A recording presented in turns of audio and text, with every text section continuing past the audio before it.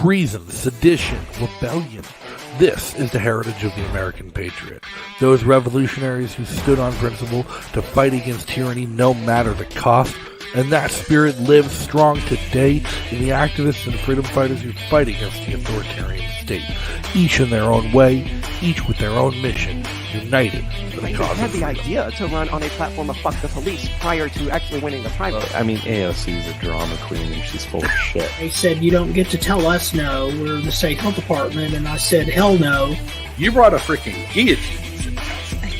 People already pushing back in ways that didn't even need any votes to be cast. I'm not ratting on anybody, and I did what I did, so you're going to have to give me what the law says you have to give me. You want to make the world a better place? Have some babies and raise them to not be stupid. Hope I don't get canceled talking to you. These are the people whose stories I'm here to share. I'm Justin O'Donnell, and this is Subversive. Man, governments are not going to like this shit. Ladies and gentlemen, boys and girls, anarchists, activists, and people of the internet, thanks for tuning in to another episode of Subversive. I'm your host, Justin O'Donnell. And before we get started, just remember, whatever platform you listen on, whether it's YouTube Live, Odyssey, Spotify, Apple Podcasts, Anchor, or on LRN.FM, you can help grow the show by liking, commenting, subscribing, and most of all, sharing with your friends. Now, if you want to enjoy the content and help support the program, you can head on over and join the insurgency on Patreon at patreon.com/O'Donnell. Again, that's patreon.com/O'Donnell. And make sure you check out our sponsor, SnexSwag.com, for all your favorite Liberty and Subversive merch, including some brand new designs for t-shirts, hoodies, coffee mugs, and more. Again, that is SnexSwag.com, where you can check out all the awesome brand new merch collection today, including official new Subversive podcast merch and some Free State Project merch, where you can wear your principles, liberty, literally, on your sleeves. Now, if you also want to keep in touch between shows, make sure you follow me on social media. Check out the Facebook, Twitter, community Discord channel where you can chat with other fans of the show at any time. All those links are in the description of the video or the podcast that you're listening to. So make sure you give them a check out today. Now, I wanted to take a break from election nonsense, take a break from politics, and maybe just talk about something we can learn from, something we can get back to our roots of our activism and work towards going forward. This weekend, I finally picked up a copy of Barefoot Learning, What Shoes Can Teach Us About Schools, by a friend, Ian Underwood. I picked it up, finally got my physical copy. I'd actually read it a while back. Ian had sent me a digital copy to help review. And I want to talk about this book, review this book, and maybe have a little background here. Now, let me bring it up. Like I said, we did have the digital copy here, so I wanted to make sure we had that available. And we do have this Kindle version of the Barefoot Learning, What Shoes Can Teach Us About Schools by Ian Underwood. Now, if you guys aren't familiar, Bare Minimum Books, Ian's publishing company, he's put together, this is his third book. Other books he's published do include Licenses Are the New Draft Cards, What COVID-19 Taught Us About Occupational Licensing, and tons of others on the way as well. But the gist of Bare Minimum Books is that they're all really, really short. Really, really quick. A single idea per page, whether it's an illustration, a single conversational piece, or a single topic. That's it per page. So let me make this big, easy to read. Tools. And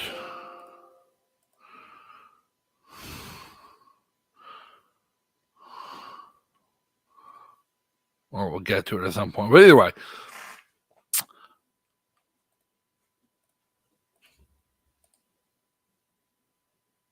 what I want to bring up, like I said, simple book, simple lesson. Feet, we all have them. That's where he starts off there. But you don't think about them much, what they do for you, how they work. We just kind of take them for granted.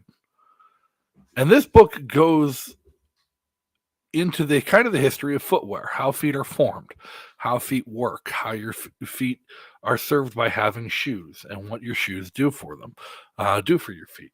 And that's a great segue into what he talks about what shoes can teach us about schools, because it goes into the explanation about how a lot of the problems people have with their feet in the modern world, whether flat feet, bad arches, pain when you walk, is due almost exclusively to wearing the wrong kind of shoes, to your shoes not fitting you properly. And you solve these problems by, well, wouldn't you know it, getting different shoes. So we talk about all of the different problems you can fix with your shoes, all these special shoes, $1,000 shoes, hundreds of dollars on shoes to fix problems that were created by not walking barefoot in the first place, the way your feet naturally evolved to do so. And then he makes a strong case for how it's not necessarily the act of being barefoot that we're learning from, but the problems we've caused ourselves by not being barefoot, and how we can learn from that and apply it to other things. And in his book, he makes the case for education. How much of our American education system is dedicated to fixing problems that only exist because we've forced people into a one-size-fits-all educational system. So let me bring it back up. Feet, we all have them, but we don't think much about them, much about what they do for us, about how they work. We just kind of take them for granted. Until something goes wrong, then we want to know what's going on. And I think that's a great lesson to learn from. But not too much about what's going on, because feet are complicated. About a quarter of all the bones in your body are in your feet. But we do have a problem. We just want to be given something that solves the problem. People have lots of problems with their feet. Shoe companies have hired scientists and engineers to study the problems that people have and develop when they're walking or running in shoes, and have created $100 billion industry by coming up with technological solutions to those problems. Solutions include heel pads, arch support stabilizers, wicking, new high-tech materials, new uses for low-tech materials, adaptive insoles, and a whole lot more. At a certain point, the question becomes, how much do you want to spend? But it doesn't matter how much you spend, because none of it works. Each fix introduces new problems without really solving the old ones. And so runners and athletes and people in general end up with closets full of shoes, none of which do what they're supposed to. Why? Because the shoe companies are throwing money at the wrong problem. They're asking, what can we add to our shoes to make them better? But that's not the right question. The foot, when operating normally, will absorb energy and then release it again, making propulsion more efficient. There's a natural sequence of events, beginning when your heel strikes the ground. Then you pronate, moving your weight to the outside of the foot. The arch stretches out, absorbing the energy. You supinate, moving your weight to the ball of the foot. The arch returns to its normal length, releasing the absorbed energy. You roll off the big toe, launching the body forward and preparing for the next step. It's basically a spring. That seems straightforward enough, but there's a problem. Shoes. The problem is that this is what everyone, the designers, the sellers, the buyers, think shoes should look like. It's almost as if no one has noticed that the big toe is not in the center of the foot. You have to go back about 500 years to the early 1500s to find shoes that were actually shaped like feet. It turns out this shoe design is more about signaling things like wealth and status and fashion sense than it is about protecting the feet and helping them work properly. In perhaps the most extreme cases of this, the feet of some women in China were bound so tightly that women were unable to walk and had to be carried everywhere. If you can't roll off the big toe, to the force that's being absorbed can't be released. And that is a big problem. But the basic design of a shoe with its pointed toe box makes sure that you can't roll off the big toe. Over time, wearing shoes with pointed toe boxes deforms the foot, and the deformations make it even harder for the foot to work correctly. So then you need padding under the heels to absorb the force that isn't being released. But that changes your posture, which changes your balance, which changes your gait. Now you're pounding your heels on the ground over and over. You can wear shoes with padded heels or gel cups or something to spread out some of the force on your heel. But even if you do that, being unable to launch properly means that pronation and supination, instead of being intermediate steps in the process, become the ends of that process. So they become exaggerated. So now you need support structures to ameliorate the effects of the padding. Eventually, the foot is so artificially constrained that it isn't able to flex to absorb the force. It's like turning a pogo stick into a stilt. So that force is transmitted up the kinetic chain to your ankles. So you get ankle wraps and braces, then to your knees. So you get knee supports and braces, then to your hips, then to your lower back. So you end up getting surgery. Or you just stop moving around so much. The next step is probably jetpacks. But we'll have to figure out how to make them work indoors. All of these are ultimately reactions to an initial mistake, which is to cram the foot into a pointed toe box. Once you've made that first mistake, all the technology in the world isn't going to help. And the technological fixes have this in common. They prevent rather than facilitate the natural process. The problem with an arch support is that it doesn't make your arch stronger. It makes you dependent on arch supports. It's scaffolding that can't be removed. The same is true for padding and wraps and braces and other artificial supports. It's especially sad that many kids never even get a chance to use their feet normally. Before they can walk, their feet are stuffed into little boxes that will prevent them from ever working properly. We cringe in horror at stories of Chinese women who had their feet bound, thus ensuring that they would never be able to walk properly. But we're doing the same thing to our own children every day. The way I started thinking about all this at one point was having some feet problem myself. I tried heel cups, arch supports, insoles, sleep aids to keep my Achilles stretched, and a bunch of different kinds of shoes. I was starting to look at custom orthotics. At a certain point, it became a question of how much do I want to spend? But what I wanted to spend was $0. So I started doing something, reading. I found a book, Fit Feet for Life by Marco Monetis. Much of what I've been talking about is from that book and others like it. As I was reading these books, I kept getting this tingling feeling in the back of my mind. There was something about all of this that seemed eerily familiar. What was it? And then one day it hit me. It reminded me of school. Now, I'm sure you can see where he's going with this. I'm sure you can see the kind of next logical step, but we'll keep going.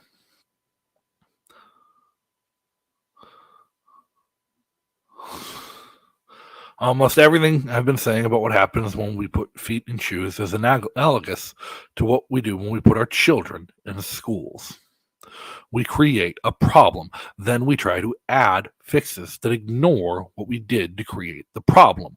These fixes all work by preventing rather than facilitating natural processes. And at a certain point, the question becomes, how much do we want to spend?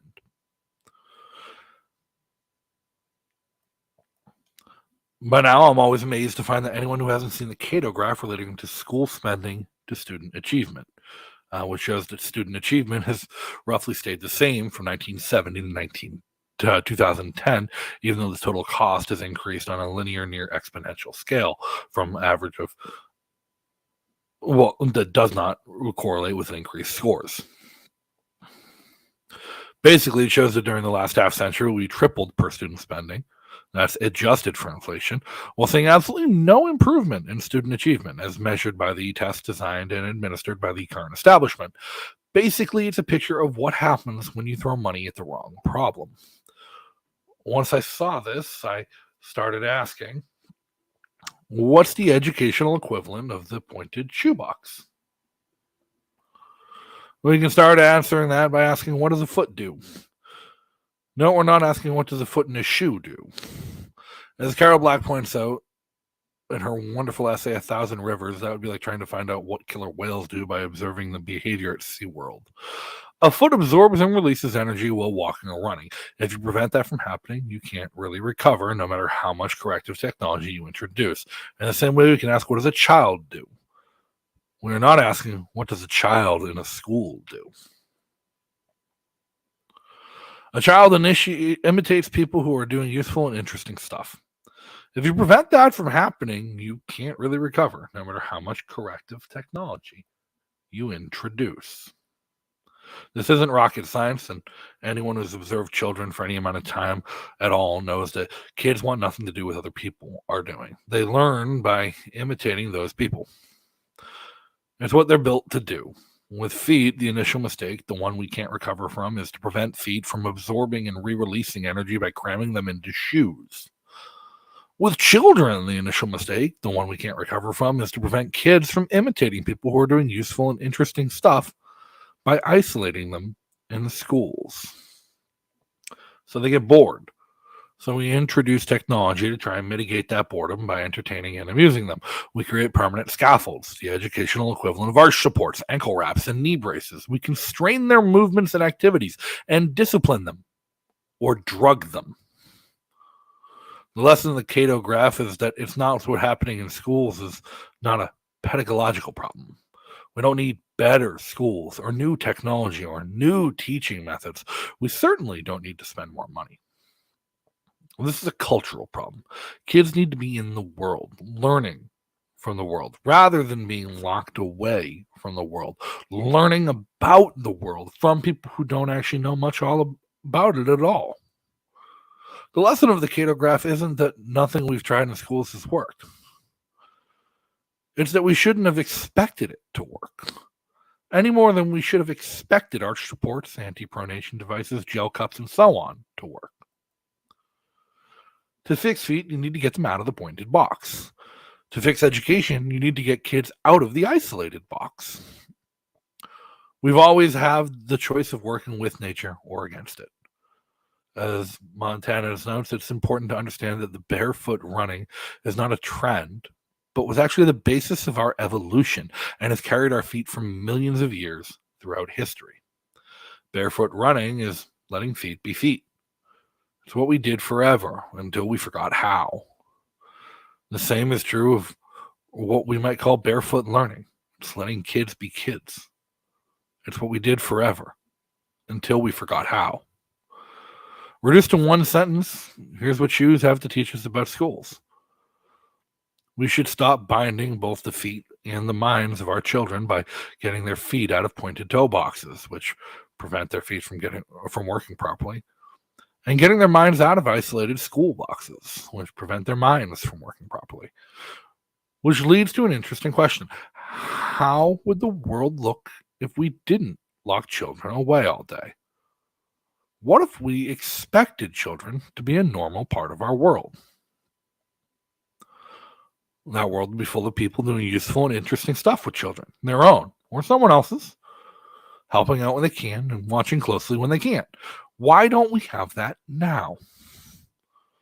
A human being should be able to change a diaper, plan an invasion, butcher a hog, con a ship, design a building, write a sonnet, balance accounts, build a wall, set a bone, comfort the dying, take orders, give orders, cooperate, act alone, solve equations, analyze a new problem, pitch manure, program a computer, cook a tasty meal, fight efficiently, and die gallantly.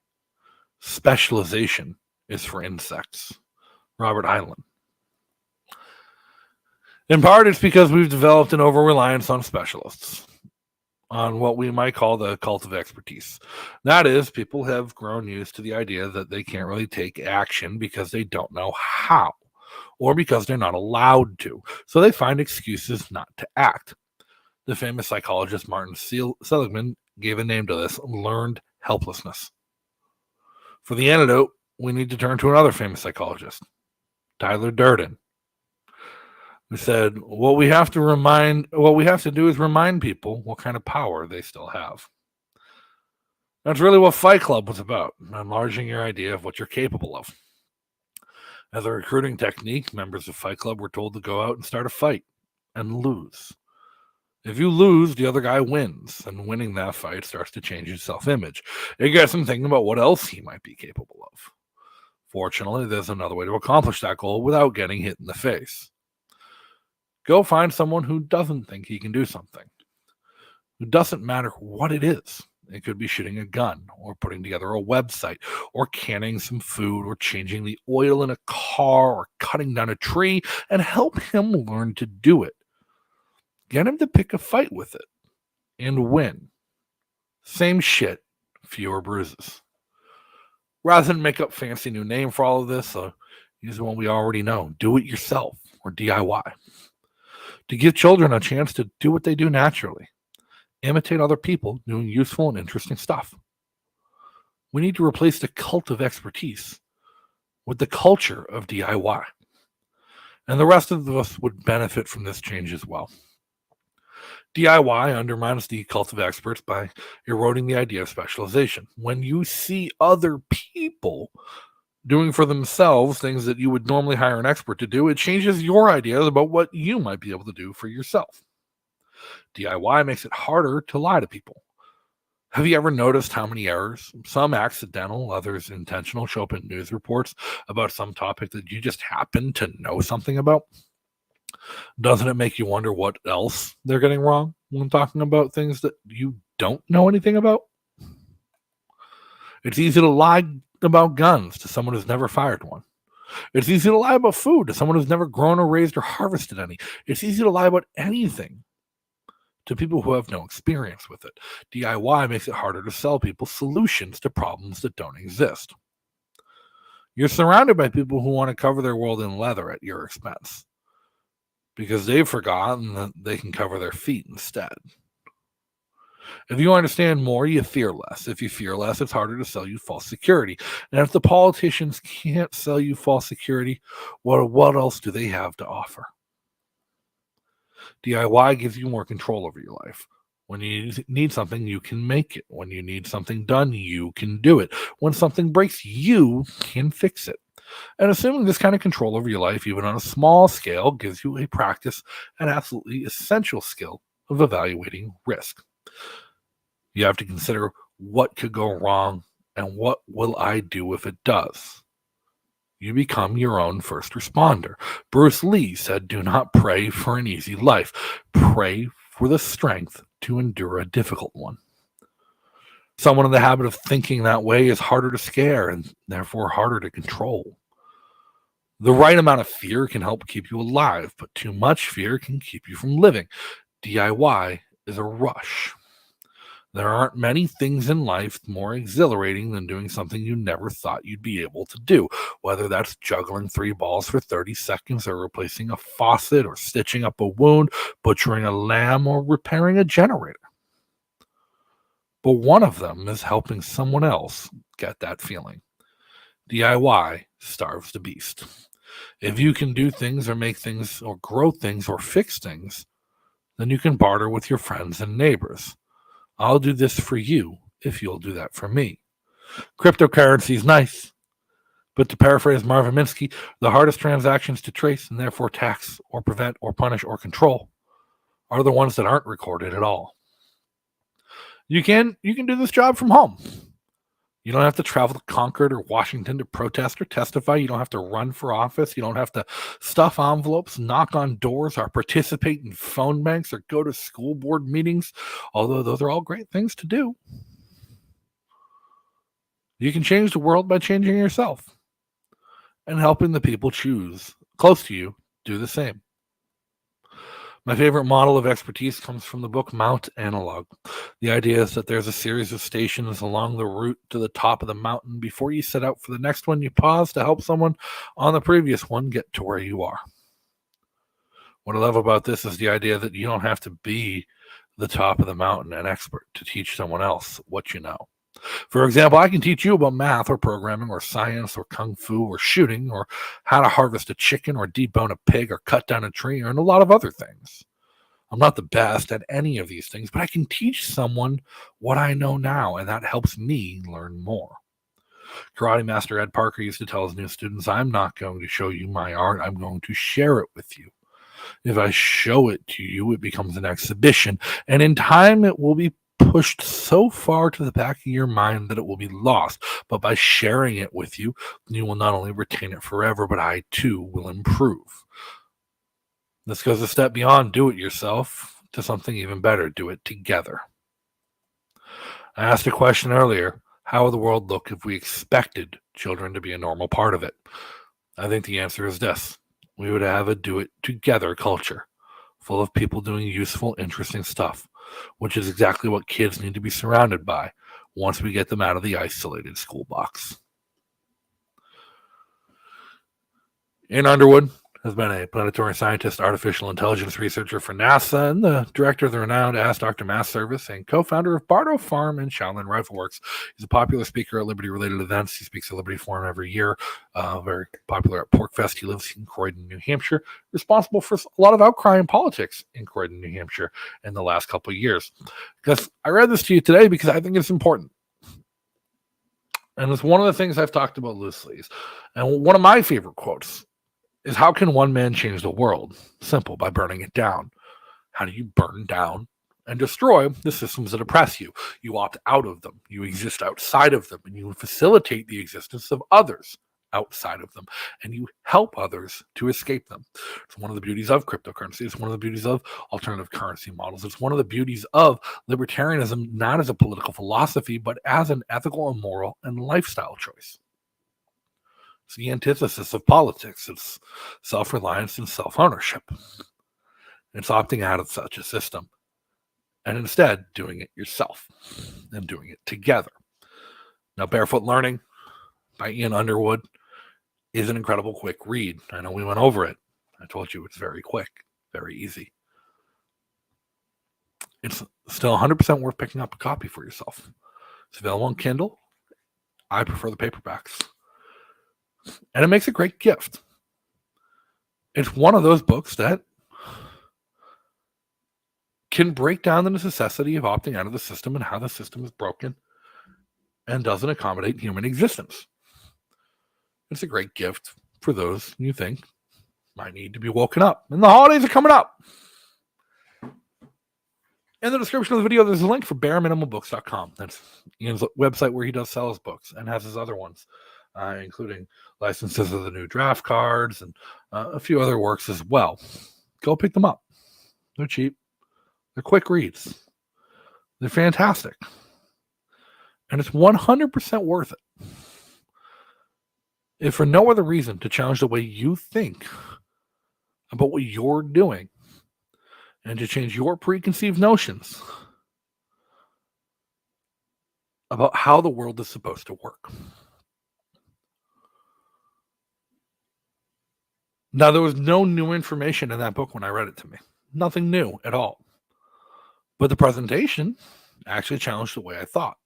I'd never made the connection about barefoot running to barefoot learning. I'd never had that realization Ian had about how children are much like feet in the way they evolved. And our schools are much like shoes in the way they stifle innovation and evolution and cause problems and pain. Those of you who know me know I often preach the virtues of being barefoot, of returning to your natural state. And I haven't worn shoes more than a couple times in the last 4 or 5 years at this point. They're not good for your feet. And schools aren't good for your children. That's my review. We wanted to take a break and do something different, and that's what we did. Guys, check out Barefoot Learning. Check out Bare Minimum Books. Give it a review on Amazon. And give it a purchase. The link is in the description. 100% worth your time. Thank you for tuning in. Thanks for listening. And until next time, be free. Thank you for tuning in to another episode of Subversive. Make sure to like, subscribe, and turn on notifications to get alerted every time we go live on YouTube. And make sure to leave some comments and reviews on whatever platform you listen on to let me know what you thought of this episode. And a huge thanks and shout out to our sponsors and the awesome members of the Insurgency on Patreon. If you enjoyed this content, you can join the Insurgency on Patreon by following the links in the description for patreon.com/O'Donnell. And if you can't catch the show live, you can always catch it the next day on YouTube, Odyssey, Anchor, Spotify, Apple Podcasts, Breaker, CastBox, and wherever else you listen to your favorite podcasts every day. So until next time, everybody, be free.